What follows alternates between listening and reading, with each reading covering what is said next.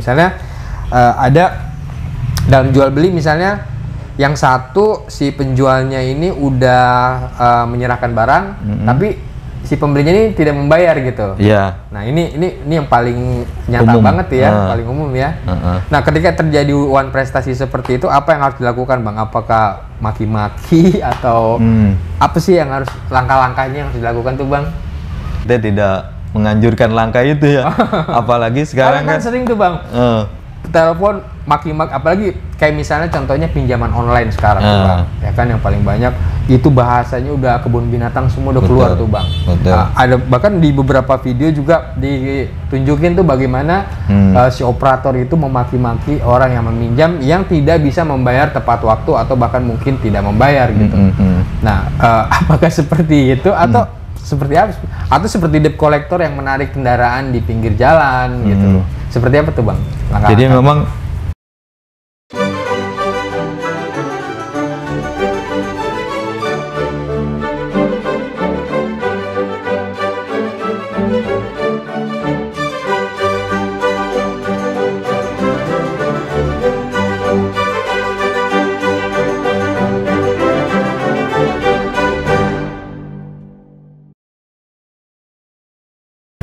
Sobat Tegar Akses, dalam praktek kadang ketika kita menandatangani kontrak sering agak mengabaikan sikap kritis dalam membaca dan menandatangani kontrak tersebut.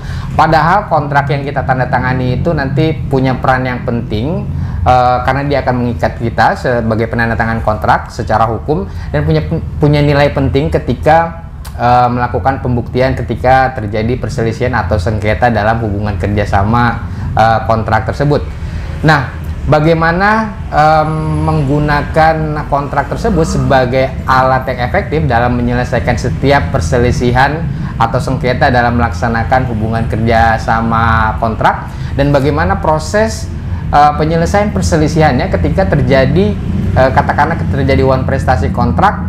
Kita akan membahasnya di video ini, dan kebetulan pada kali ini kita kedatangan narasumber seorang advokat, seorang konsultan hukum, Bang Nawawi Bahrudin. Selamat siang Bang. Selamat siang. Dari kantor hukum Nawawi Bahrudin and Partners. Kebetulan Bang Nawawi ini adalah mantan direktur dari LBH Pers yang akan kita kulik pengalamannya dalam menyelesaikan sengketa-sengketa hukum, terutama hukum perdata yang bersumber dari one prestasi kontrak. Nah Bang, ini kan banyak teman-teman yang nanya nih Bang, ketika misalnya kita sudah menandatangani sebuah kontrak gitu ya, lalu kemudian terjadi permasalahan nih, terjadi perselisihan, misalnya katakanlah terjadi one prestasi di mana katakanlah lawan kontrak kita ini tidak melaksanakan kewajiban-kewajibannya sesuai yang ada di dalam kontrak yang udah ditandatanganin itu. Nah kadang abis itu bingung nih teman-teman, ini mau apa yang harus kita lakukan? Apakah kita adu mulut atau kita adu jotos gitu? Nah sebenarnya seperti apa sih Bang? Tapi sebelum itu Bang, sebelum kita jauh ke ngebahas tentang bagaimana menyelesaikannya, biasanya gini Bang, di dalam kita membuat atau menandatangani kontrak tuh ya, di pasal-pasal terakhir kan biasanya ada pasal atau klausul penyelesaian perselisihan ya. Nah di sana tuh biasanya diatur bagaimana cara menyelesaikan perselisihan ketika misalnya terjadi one prestasi gitu, atau terjadi sengketa lainnya yang berkaitan sama kontrak tersebut. Nah ada yang memasukkannya, menyelesaikannya itu lewat pengadilan negeri, ada juga yang menyelesaikannya lewat arbitrase. Sebenarnya apa sih Bang perbedaannya antara pengadilan negeri dan arbitrase, dan apa sih biasanya dasar pertimbangan untuk memilih kedua jenis penyelesaian sengketa ini? Ya, baik, terima kasih. Saya akan coba jelaskan. Bagi praktisi bisnis memang segianya dia sudah memahami potensi-potensi masalah ketika dia menandatangani kontrak. Nah, dalam sebuah kontrak biasanya memang disepakati beberapa hal terkait dengan perjanjian-perjanjian yang akan mereka lakukan.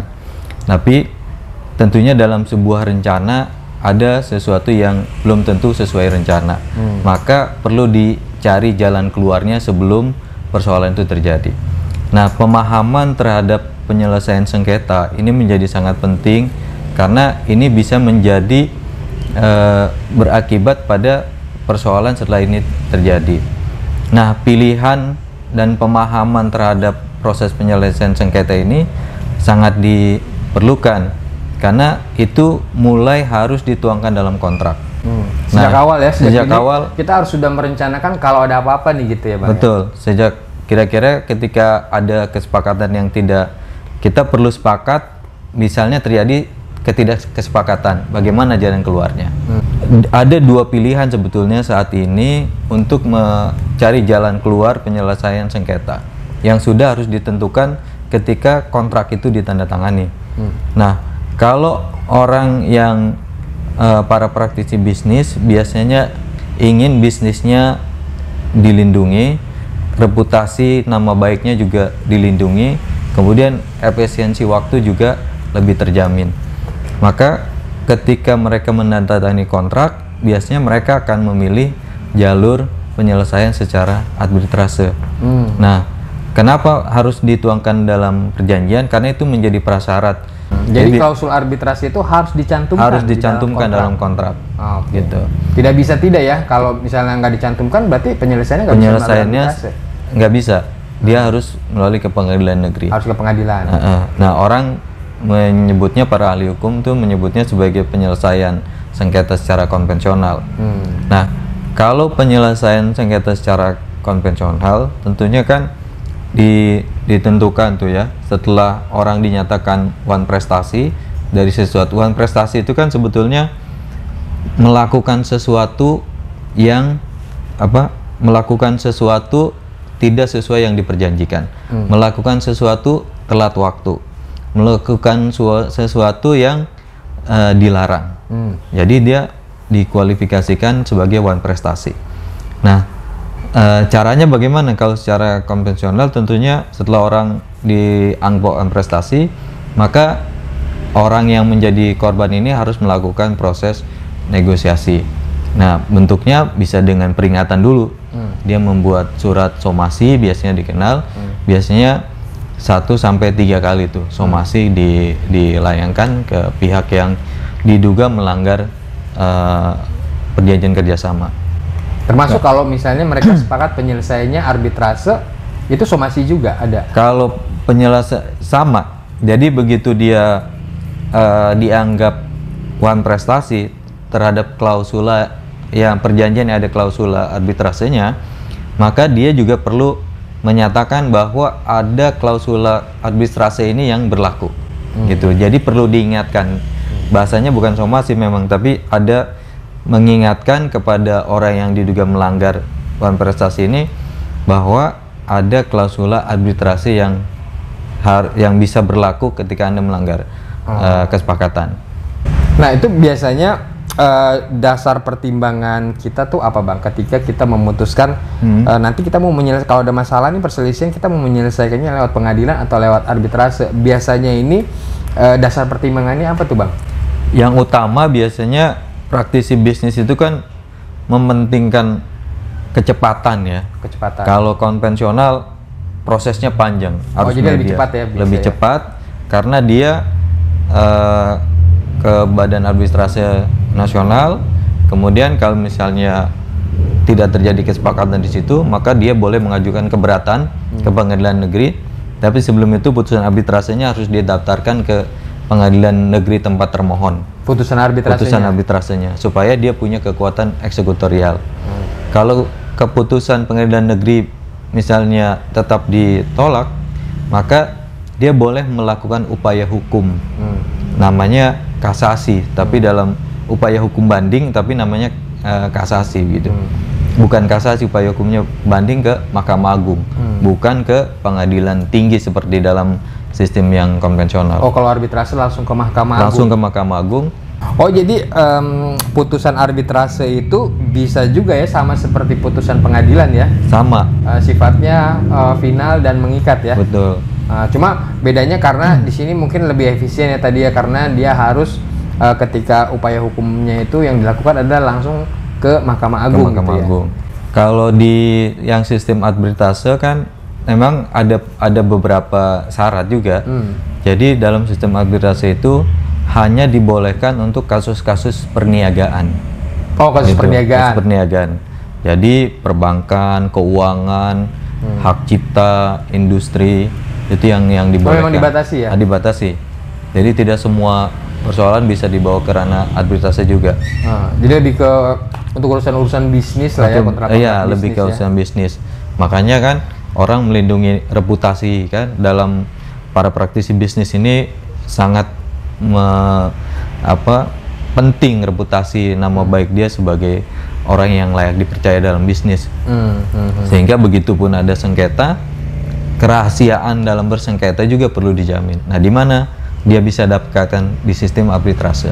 Oh, jadi kalau di arbitrase itu bersifat rahasia. Rahasia. Kalau di pengadilan negeri itu kan sifatnya terbuka untuk umum ya, Bang? Terbuka dan kalau dibuka di arbitrase untuk umum. lebih tertutup. Ya. Dan keuntungannya juga dalam sistem arbitrase kita bisa memilih arbiter. Memilih arbiter. Iya. Arbiter tuh Orang yang menjadi penengah dalam proses persidangan. seperti hakim. Seperti hakim, kedudukannya dia seperti hakim. Apakah nanti arbiter tunggal atau arbiter jamak gitu? Oh, bisa milih kayak gitu. Bisa Bang? milih. Tergantung dari nilai kontraknya dan kesepakatan para pihak. Dan dia nanti juga bisa diberikan semacam batasan waktu gitu, lebih tegas. Gitu. Kalau di pengadilan negeri yang sistem konvensional kita tidak bisa memilih hakim.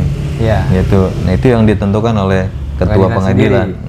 Jadi dasar pertimbangannya itu lebih ke efisiensi sebenarnya, Bang, ya, antara arbitrase dengan pengadilan. Kalau di arbitrase tadi kan pertama lebih terjamin kerahasiaannya ya, karena dia sifatnya tertutup ya. Benar. Lalu secara waktu juga bisa lebih cepat ya. Lebih cepat. Dan forumnya juga bisa kita tentukan ya, kita bisa memilih memang orang-orang yang kompeten dan bisa dipercaya gitu ya, Bang. Betul. Ya?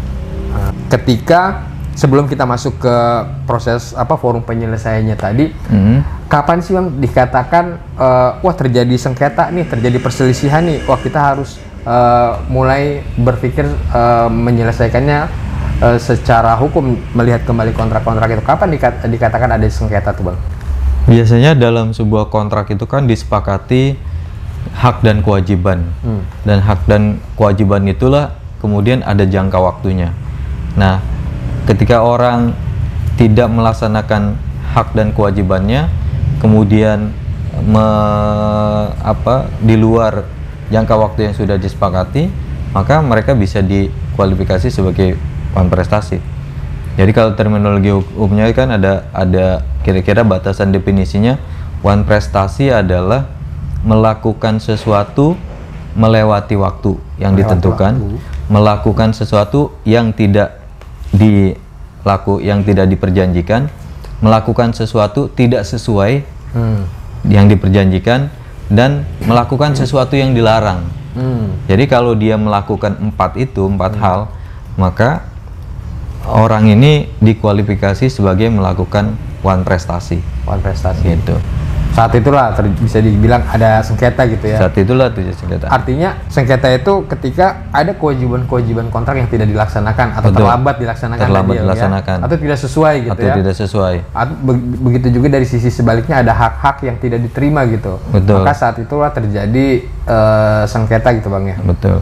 Nah, misalnya ada dalam jual beli misalnya, yang satu si penjualnya ini udah menyerahkan barang, tapi si pembelinya ini tidak membayar gitu. Iya. Nah, ini yang paling nyata banget ya, paling umum ya. Nah, ketika terjadi wan prestasi seperti itu, apa yang harus dilakukan, Bang? Apakah maki-maki atau apa sih yang harus langkah-langkahnya yang harus dilakukan tuh, Bang? Sebagai orang yang berpengalaman di LBH Pers, tentunya kita tidak menganjurkan langkah itu ya. Apalagi sekarang kan sering tuh, Bang, telepon maki-maki, apalagi kayak misalnya contohnya pinjaman online sekarang tuh, Bang, ya kan, yang paling banyak itu bahasanya udah kebun binatang semua udah keluar tuh, Bang. Ada bahkan di beberapa video juga ditunjukin tuh bagaimana si operator itu memaki-maki orang yang meminjam yang tidak bisa membayar tepat waktu atau bahkan mungkin tidak membayar gitu. Nah, apakah seperti itu atau seperti apa? Atau seperti debt collector yang menarik kendaraan di pinggir jalan gitu. Seperti apa tuh Bang? Jadi memang pertama yang langkah-langkah secara tidak beradab gitu, tidak manusiawi itu perlu kita hindari. Karena langkah-langkah yang kita lakukan seperti itu akan merugikan kita sendiri. Misalnya maki-maki orang yang hutang sama kita, yang uang prestasi sama kita. Sekarang ada undang-undang informasi dan transaksi elektronik yang gampang ditafsirkan menjadi pencemaran nama baik, perbuatan tidak menyenangkan. Sekarang kan yang tren itu pasal 27 ayat 3 soal pencemaran nama baik, perbuatan tidak menyenangkan. Itu salah-salah kita ingin mengambil hak kita, malah kita yang dilaporkan. Jadi backfire tuh ya. Itu jadi backfire. Nah, tentunya kita perlu melakukan langkah-langkah sesuai dengan koridor hukum. Kita bisa mengingatkan komunikasi melalui telepon atau ketemu secara langsung atau bersurat gitu untuk mengingatkan hak kita yang harus dia lakukan, kewajibannya. Nah, itu bisa dalam bentuk mediasi, bisa dalam bentuk negosiasi. Nah, ini kan jalurnya ibaratnya jalur kekeluargaan tuh Bang ya. Jalur kekeluargaan lebih utama dalam bisnis. Lebih utama gitu. Kalau ngeyel juga tuh Bang. Kalau ngeyel juga artinya kan ini sesuai dengan tahapan yang sudah dilakukan gitu ya. Kita ingatkan Anda uang prestasi, kewajiban Anda tidak Anda lakukan, hak Anda sudah Anda terima. Kalau memang ini sesomasi itu untuk mengingatkan, kan itu jadi prasyarat juga. Somasi itu misalnya ini akan dibawa apakah itu ke pengadilan negeri agar supaya kasus ini tidak dianggap prematur gitu. Anda kok belum menyatakan saya uang prestasi, tiba-tiba langsung lompat ke pengadilan negeri atau ke arbitrase. Itu juga menjadi bukti bahwa kita ini sebagai orang yang beritikat baik gitu. Karena dalam hukum orang yang beritikat baik itu kan harus dilindungi. Nah, kalau kita memberikan kesempatan orang ini kita melalui somasi atau mengingatkan secara musyawarah kekeluargaan dia tetap tidak bergeming, maka itu menjadi langkah yang sudah bijak gitu, dan itu akan bernilai positif seandainya kasus ini berlanjut apakah itu ke pengadilan atau ke arbitrase. Betul. Berarti kalau begitu sebelum ke pengadilan ada satu langkah lagi nih somasi nih. Ini somasi sebenarnya kalau begitu dia berupa peringatan yang lebih keras dong dari upaya komunikasi biasa gitu. Betul. Lebih keras memang kalau dalam somasi itu karena dia mengingatkan kembali hak kita yang belum dia lakukan, mengingatkan kewajiban dia yang dia belum melaksanakan, dan sudah menjelaskan langkah yang akan kita lakukan, apa itu perdata atau pidana. Yang somasi ini juga menjadi penting sambil mencari informasi, karena kan misalnya uang prestasi itu kan jelas perbuatan perdata, tapi dalam proses kita mensomasi kita berharap ini akan ada jawaban secara tertulis. Nah, dari situ juga bisa kita lihat apakah memang ini murni sengketa perdata atau memang bisa masuk dalam kategori pidana. Kalau misalnya sebelum kontrak ditandatangani ada sesuatu yang berbeda dari apa yang dia ungkapkan, itu artinya sudah ada unsur penipuan, karena sudah ada kapasitas tertentu yang dia misalnya bilang pegawai apa, ternyata dia bukan misalnya. Gitu Bang, dari ini kan masalah perdata nih, lompat ke pidana bisa. Ya? Jadi masalah pidana. Bisa. Kalau dalam perkembangannya bisa kita buktikan apa yang dia ungkapkan dalam perjanjian itu ternyata berbeda dengan yang sesungguhnya. Gitu. Misalnya dia bilang saya akan bayar ini, kita bukan buat perjanjian supplier misalnya, karena saya ada PO dari perusahaan lain. Ternyata PO-nya nggak ada. Gitu. Ini kan artinya ada penggunaan kapasitas palsu untuk meyakinkan orang. ada tipu daya sehingga orang yakin membuat kita bikin kontrak. Padahal dasarnya itu adalah sesuatu yang bohong, yang tidak ada. Maka ini bisa jadi pidana. Karena kebohongan itu yang menggerakkan orang menandatangani kontrak. Betul, Gitu. betul. Itu ada masuk ke unsur pidananya. Nah, somasi ini, somasi itu berarti kan sudah lebih keras dan mungkin sifatnya ancaman, Bang ya. Betul. Kalau misalnya tidak dilaksanakan juga, kami akan mengajukan gugatan hukum. Kurang lebih kira-kira kayak gitu, Bang ya. Betul, bahasanya begitu. Nah, ini berapa kali, Bang, somasi itu? Karena kan saya pernah ada pengalaman tuh sampai belasan kali orang disomasi, Bang. Tapi mungkin ini karena saking ingin berdamainya ya. Tapi sebenarnya yang ininya berapa sih, Bang? Berapa kali somasi? Memang tidak ada batasan, tapi biasanya 3 kali gitu. Karena tiga kali itu udah dianggap patut untuk mengajukan kasus ini ke pengadilan. Somasi 1, somasi 2, somasi 3, Somasi 3. baru tidak digubris atau tidak ada kesepakatan Bisa lanjut, gitu. kita lapor polisi kalau memang kita temukan unsur pidananya, atau kita gugat ke pengadilan. Nah, memang kadang-kadang orang emang berhitung untuk langkah-langkah secara litigasi. Karena tadi kan kalau orang bisnis itu tentunya dia menjaga reputasi, menghitung biaya, menghitung waktu gitu. Jadi memang bisa saja somasi lebih dari 3 kali, sambil membuka kesempatan orang ini untuk apa namanya, melaksanakan kewajibannya di luar pengadilan gitu. Nah, biasanya jeda waktunya berapa lama, Bang, antara somasi 1, somasi 2 dan somasi 3? Tidak ada batasan secara pasti, tapi memang biasanya 1 minggu. Seminggu. Antara jarak somasi. Pertama kita menghitungnya panggilan patut kan, informasi secara patut biasanya 3 hari.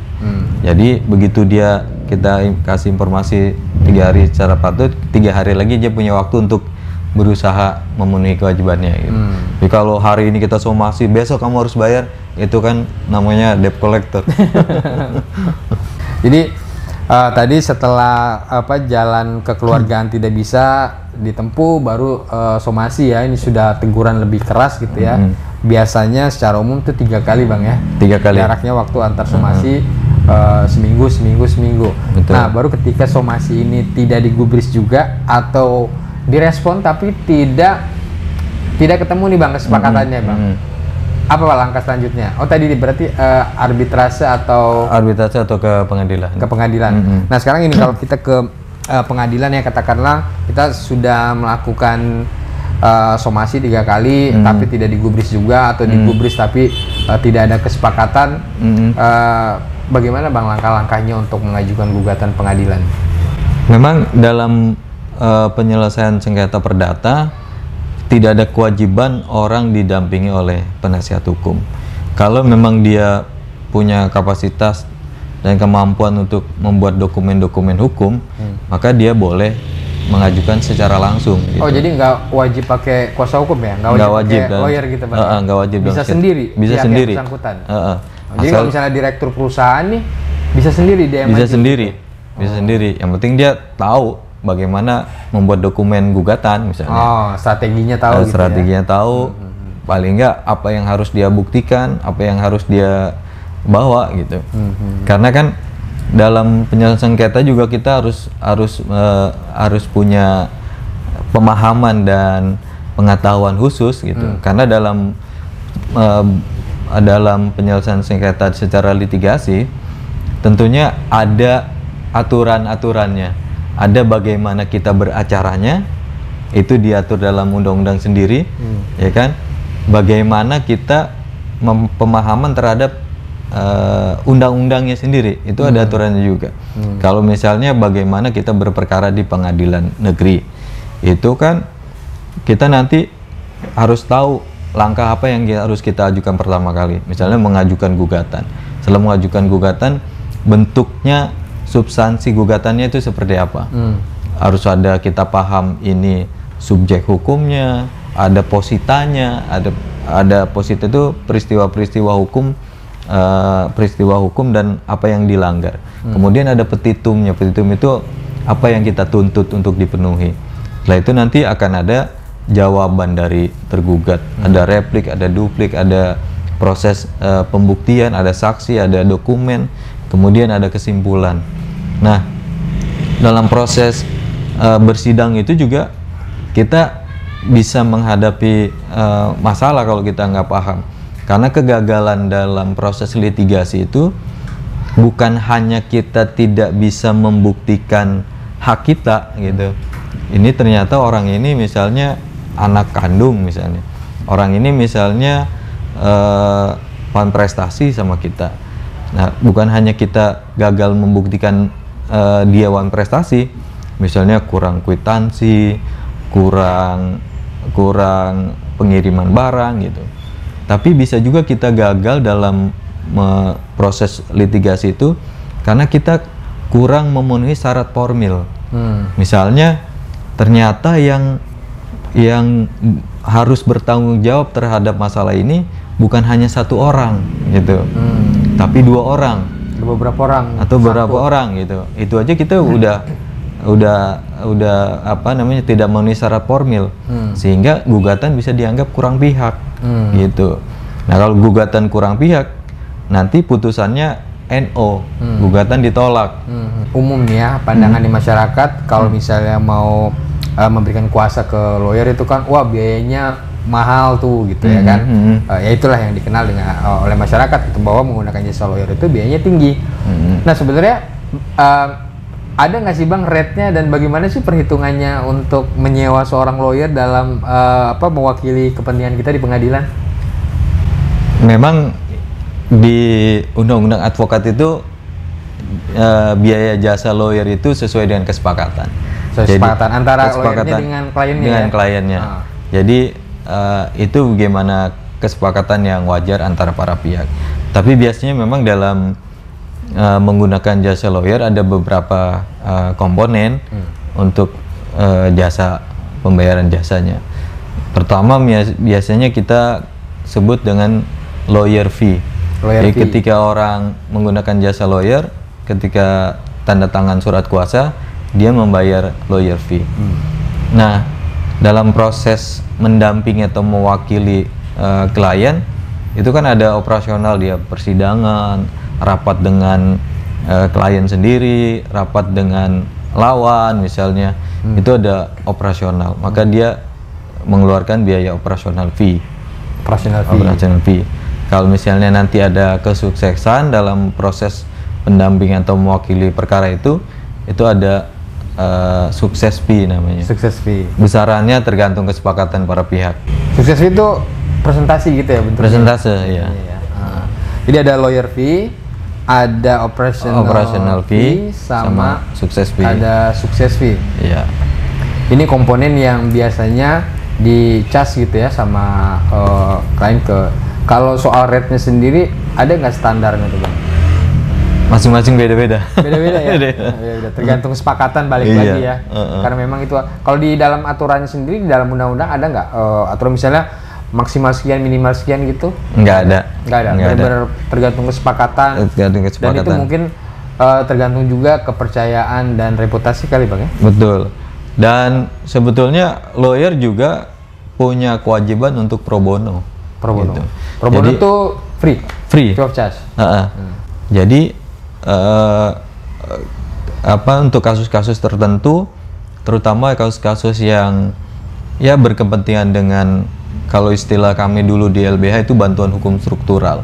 Jadi kalau misalnya ada korban masyarakat yang menjadi korban struktur yang tidak adil gitu, dia duga pelakunya adalah yang berada dalam struktur kekuasaan, maka kita berikan layanan hukum secara gratis.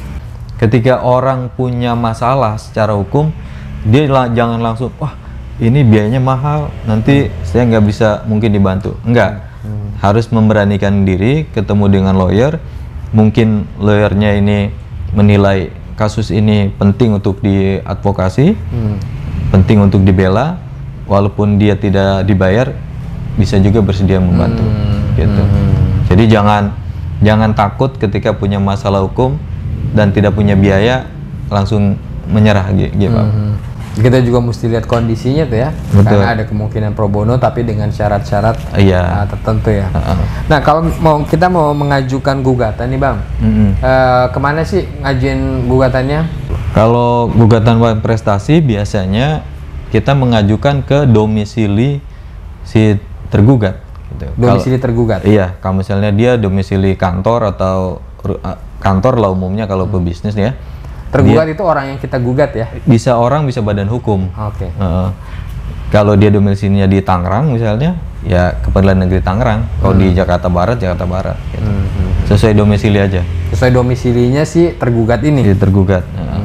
Berarti kan yang harus dilakukan itu adalah mendaftarkan gugatannya ya? Betul. Langkah-langkahnya apa tuh Bang? Setelah kita ke pengadilan yang kompeten, sesuai kompetensinya ya, di tempat tinggal si tergugat, nih prosesnya tuh gimana sih Bang? Kalau persidangan dari mulai mendaftarkan gugatan sampai putusan? Kalau sekarang pendaftaran gugatan itu untuk perkara yang sederhana bisa online ya. Perkara sederhana itu kayak apa? Jadi dia nilai perkaranya tidak terlalu besar, mungkin kisarannya di bawah 1 miliar gitu. Di bawah 1 miliar. Dia bisa mengajukan secara online. Gugatan online bisa gugatan ya? Online. Nah, setelah terdaftar biasanya 2 atau 3 hari kemudian ada nomor perkaranya. Ada nomor perkara. Setelah kita daftar, nanti setelah 2 minggu biasanya akan ada panggilan. Ada panggilan sidang. Nah, setelah proses panggilan sidang itu kita nanti sidang pertama biasanya sekarang ada peraturan Mahkamah Agung yang mewajibkan para pihak itu diupayakan melalui mediasi. Jadi majelis hakimnya tunjuk hakim mediasi, tunjuk mediator. Bukan forum pengadilan yang ini. Bukan. Ya? Ada pengadilan mediasi yang lain. Di luar sistem ini, di luar sistem yang persidangan ini. Jadi dia nunjuk mediator. Boleh mediator yang hakim atau mediator yang bersertifikat tapi terdaftar di pengadilan itu. Jadi dalam waktu 40 hari biasanya diberikan kesempatan untuk mediasi. Kalau misalnya terjadi kesepakatan dituangkan dalam risalah, kemudian itu dilaporkan ke majelis hakim. Biasanya di mediasi itu apa aja tuh Bang yang dilakukan? Apakah akan membahas kembali kontrak-kontraknya sesuai undang-undang atau apa sih yang Biasanya kalau mediasi itu kan lebih mencari jalan tengah ya. Ya kira-kira yang bisa diterima kedua belah pihak. Nggak bisanya memang dalam gugatan kita nuntut orang memenuhi kewajibannya 10 miliar misalnya. Nah, dalam mediasi mungkin dia akan memenuhinya kurang dari itu. Anda terima nggak gitu. Nah, kalau misalnya diterima itu masuk dalam putusan di mediasi. Tapi kalau enggak, saya ingin dia dibuktikan melakukan wawan prestasi, kemudian harus membayar unsur ganti rugi, bunga dan biaya, itu nggak mungkin diputus dalam putusan mediasi. Nah, kalau dia minta putusan itu si tergugat dihukum itu, maka harus putusan persidangan gitu. Oh, jadi kalau mediasi itu berarti berunding lagi gitu Bang ya? Berunding. Musyawarah lagi. Iya. Berarti pihak karena sifatnya ini berarti kekeluargaan sifatnya. Lebih ke arah kekeluargaan, mempercepat ya. Tidak sesuai dengan gugatan yang diajukan di surat gugatan gitu ya? Iya. Berarti gitu. kalau begitu karena orientasinya ini musyawarah, ekspektasinya lebih rendah dari gugatannya itu sendiri? Iya, betul. Selalu begitu biasanya. Supaya menemukan tadi tuh ya win-win solution. Tapi biasanya kalau orang bisnis kan berhitung kecepatan. Oke, kalau misalnya ada putusan pengadilan, challenge-nya belum tentu dia langsung terima kan. Tapi kalau putus di mediasi, mungkin hasilnya lebih sedikit, tapi prosesnya lebih cepat. Karena begitu dia sepakat, dia bayar, dituangkan dalam putusan pengadilan, sudah selesai. Oh, outputnya tetap putusan pengadilan. Pengadilan. Oke. Gitu. Berarti bisa bersifat hasil dari mediasi itu bisa bersifat mengikat juga tuh. Mengikat juga. Kalau misalnya nggak ada kesepakatan di situ. Kalau misalnya nggak ada kesepakatan, itu forumnya masuk ke persidangan resmi. Oh, persidangan kembali lagi. Iya. Jadi si tergugat punya kewajiban untuk membuat jawaban. Jadi gugatan dari penggugat, kemudian setelah mediasi selama 40 hari ini nggak ketemu solusi yang disepakati, kemudian sidang lagi untuk pengajuan jawaban tergugat. Jawaban. Oh, berarti sebelum mediasi si penggugat ini sudah mengajukan dokumen gugatan ya? Sudah surat gugatan ya? Sudah. Terus mediasi, kemudian tidak ada kata sepakat, baru gugatan itu dibalas nih? Dibalas, jawaban istilahnya. Jawaban dari si tergugatnya? Dia tergugat. Setelah jawaban, maka penggugat punya hak lagi untuk menjawab jawaban itu. Namanya jawab jawaban tergugat. Tergugat, namanya replik. Replik. Setelah penggugat mengajukan replik, maka tergugat boleh menjawab lagi, namanya duplik. Oh, jawab menjawab gitu ya? Menjawab. Gugatan, jawaban, replik, duplik. Terus jawab lagi. Nanti masuk ke proses pembuktian. Oh, sampai duplik baru masuk ke proses pembuktian. Jadi penggugat mengajukan bukti tertulis, bukti saksi, tergugat juga bukti tertulis, dokumen-dokumen dan saksi. Dua-duanya majuin. Tapi biasanya gantian. Nanti setelah masing-masing pembuktian selesai, masing-masing pihak mengajukan kesimpulan. Tapi kesimpulannya nggak dikasih ke para pihak. Kesimpulan itu setelah pembuktian? Setelah pembuktian selesai. Oh, berarti mengajukan gugatan, dijawab lagi dengan jawaban tergugat, kemudian dijawab lagi tadi dengan replik, terus duplik, terus pembuktian, baru terakhir kesimpulan. Kesimpulan ini yang diserahkan ke majelis hakim, tapi tidak ke lawan. Tidak ke lawan. Berarti, nah di proses pembuktian ini kan kadang proses yang paling penting ya, dimana pembuktian ini kan biasanya digunakan untuk membuktikan klaim-klaim yang sudah diajukan tuh, betul, Bang. Ya kan, nuntutnya apa, ini buktinya ini. Umumnya dokumen atau alat bukti apa yang memang biasanya efektif gitu, Bang, digunakan untuk bisa mempertahankan haknya di proses persidangan itu? Biasanya yang paling penting ya dokumen kontrak itu sendiri ya. Kontraknya, kontraknya itu jadi bukti ya? Itu jadi bukti. Kemudian ya misalnya terkait perjanjian pengiriman barang atau jual beli, ya dia kwitansi, tanda terima, foto-foto pengiriman barang itu jadi penting juga. Jadi kita menceritakan semua yang kerugian klaim yang kita alami supaya itu seolah-olah disaksikan dan menjadi keyakinan majelis hakim supaya membenarkan klaim kita gitu. Jadi majelis hakim kan kita anggap orang yang nggak tahu apa-apa tentang duduk perkaranya. Masalahnya dia nggak tahu gitu. Dia tahu ilmu hukumnya. Nah, masalah yang seperti ini, buktinya seperti ini, ada pelanggaran hukum begini, maka orang ini dirugikan. Gitu. Jadi kewajiban kita untuk menggelar semua bukti ke depan persidangan. Harus asli apa fotokopi itu? Harus asli. Harus asli. Harus asli. Gitu. Itu harus dikatakan kalau ngajuin bukti ke pengadilan itu harus kasih materai lagi. Betul. Jadi misalnya perjanjian. Jadi dokumen-dokumen yang kita buktikan itu aslinya kita sebenarnya tidak perlu serahkan ke hakim. Maka perlu difotokopi. Nah, dia fotokopi perlu dileges. Jadi kalau sekarang materai 10.000 gitu. Kemudian gitu ya? Kasih materai setiap dokumen, bukan per lembar. Kita tempel sendiri boleh, tapi harus dileges di kantor pos besar. Oh, gitu. Harus dicap. Pos besar, dicap di kantor pos besar ya. Kalau kita tempel aja itu belum bernilai sebagai bukti. Kalau belum dileges. Habis kesimpulan tadi terakhir baru majelis hakim memberikan putusan. Memberikan putusan. Ya. Nah, putusannya itu tentu tergantung dari pertimbangan majelis hakim itu sendiri, Bang ya. Betul. Nah, kalau misalnya katakanlah tidak ada pihak-pihak yang tidak menerima gitu putusan dari majelis hakim ini, langkah apa lagi yang harus dilakukan tuh, Bang? Dia punya upaya hukum untuk mengajukan banding pengadilan tinggi. Kalau nggak sepakat, punya hak untuk mengajukan upaya hukum lagi ke Mahkamah Agung.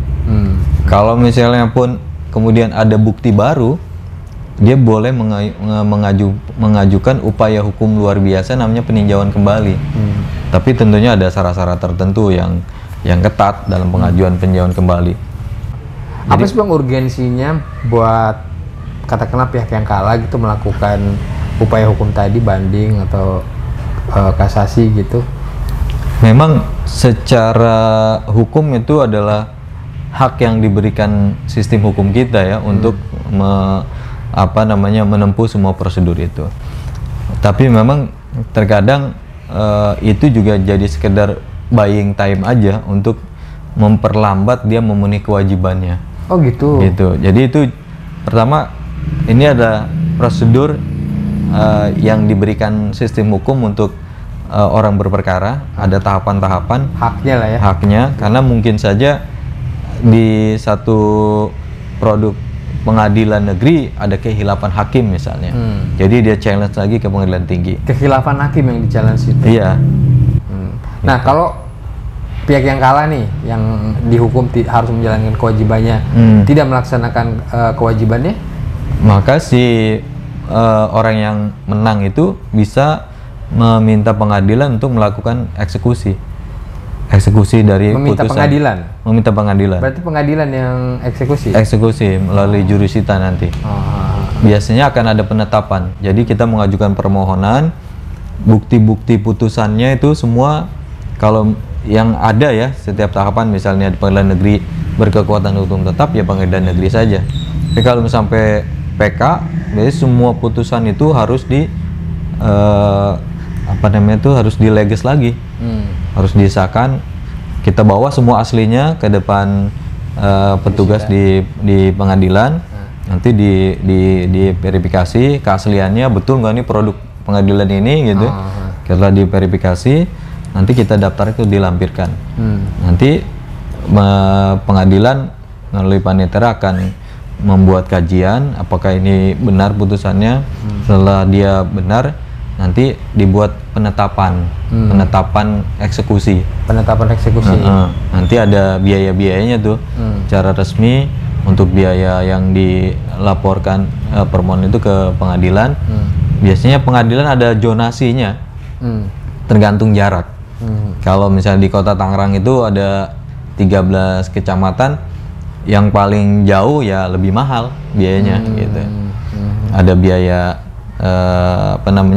biaya teguran, ada unmanning. Kita biasa ada teguran apakah dia mau lakukan putusan ini secara sukarela, jadi nggak perlu dieksekusi. Teguran itu jurusita ya? Jurusita. Jadi teguran. Jadi peringatan dulu sebelum dia benar-benar turun untuk mengeksekusi gitu. Betul. Kalau dia tetap bandel, tidak sukarela, maka ya jurusita dan tim. Kita nanti bisa melibatkan Satpol PP, melibatkan polisi untuk pengamanan. Dan itu biayanya ditanggung para pihak. Oh. Gitu. Jadi misalnya nih, katakanlah kita udah menang, terus lawan kita ini yang kalah dia tidak melaksanakan kewajibannya, katakanlah sengketa tanah gitu ya. Berarti kalau misalnya dia tidak melaksanakan kewajibannya, kita bisa mengajukan permohonan sita tadi ke jurusita gitu. Eksekusi. Iya, sita eksekusi bahasanya. Ke pengadilan negeri. Nanti tinggal pengadilan negeri yang akan melakukan eksekusi dengan peringatan terlebih dahulu. Iya. Gitu. Ada pengalaman kayak gitu bang, bawa Satpol PP gitu. Betul. Jadi kita minta bantuan pengamanan Satpol PP dan kepolisian untuk pengamanan. Maka misalnya khawatir ada yang melakukan tindakan anarkis gitu, kita bawa mobil tahanan. Oh gitu. Karena memang namanya orang mempertahankan haknya gitu ya. Apapun dilakukan ya, dan ini merupakan ibaratnya upaya terbaik dari seorang penggugat yang haknya sudah diputus pengadilan tapi tidak dipenuhi secara sukarela. Ya. Betul. Ya, oke Bang Nawawi, nih terima kasih sekali lo bincang-bincang sorenya nih, udah kasih informasi dan pemahaman kita seputar proses dari mulai tadi mengajukan somasi sampai putusan, bagaimana kalau putusannya itu putusan pengadilan tidak dilaksanakan oleh pihak yang kalah. Jadi Sobat Legal Access, dari informasi ini sudah ketangkap ya beberapa pertanyaan yang kebetulan kemarin ditanyakan juga oleh teman-teman nih Bang. Bagaimana kalau misalnya kontraknya itu tidak dilaksanakan gitu, kewajibannya tidak dilaksanakan, hak-haknya tidak dilaksanakan. Jadi alternatif penyelesaiannya bisa itu tadi ya, bisa melalui pengadilan atau bisa melalui arbitrase. Dan kalau arbitrase ini biasanya lebih efisien ya, terutama dari segi waktu dan informasi yang keterbatasan informasi itu tadi ya.